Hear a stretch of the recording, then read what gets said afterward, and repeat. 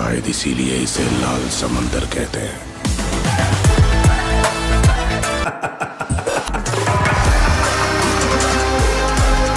So guys, এখন বেশ কিছু লেটেস্ট আপডেট আপনাদের সাথে শেয়ার করবো। আজকের ফার্স্ট যেটা বড় আপডেট সেটা হলো জেলার 2 সিনেমা থেকে। তো সিনেমার ডাইরেক্টর হলো নেনসেল দিলীপ কুমার।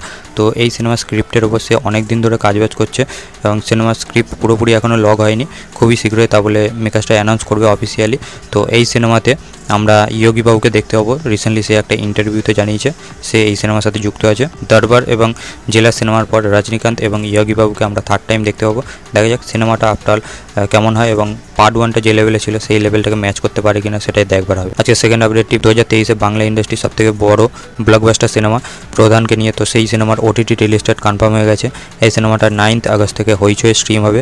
তো যারা সিনেমাটা নিয়ে ইন্টারেস্ট বা থিয়েটারে মিস করেছিলেন তারা দেখতে পারেন। কার্তিক আরিয়ানের আপকামিং সিনেমা ভুলভুলাইয়া 3, যেই সিনেমার শ্যুট এখনও চলছে, সিনেমার শ্যুটিং খুবই শীঘ্রই কমপ্লিট হয়ে যাবে এবং অগস্টের মাঝামাঝি সময় এই সিনেমার টিজার আনার প্ল্যানিং করছে। তো খুবই শীঘ্রই এর অফিসিয়ালি অ্যানাউন্সমেন্ট আসবে এবং সেটা আমরা দেখতে পাবো।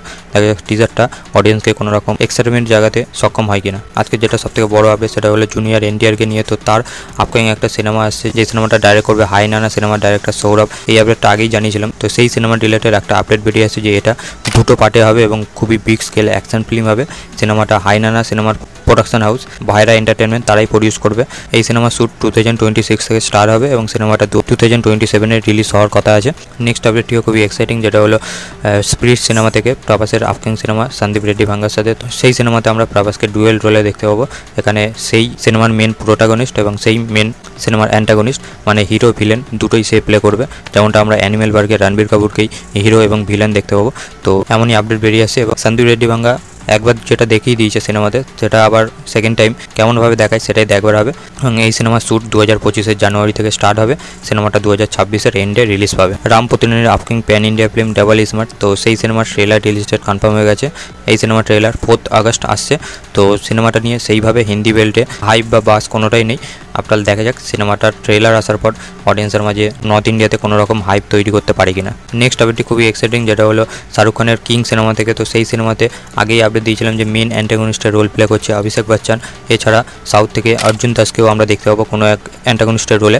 তো এখন যে আপডেটটা বেরিয়ে আসছে যে এস.জে. সূর্যাকেও আমরা এই সিনেমাতে অ্যান্টাগনিস্টের রোলে দেখতে পাবো। খুবই এক্সাইটিং স্টারকাস্ট নিয়ে সিনেমাটা বানানো হচ্ছে। আপনারা চাইবো সিনেমাটা খুব ভালো কিছু হোক এবং এত যখন হিউজ কাস্টিং নেওয়া হচ্ছে তাদেরকেও প্রপারভাবে স্ট্যাবলিশ করবে সিনেমার মধ্যে, তাদের ইম্পর্টেন্স থাকবে।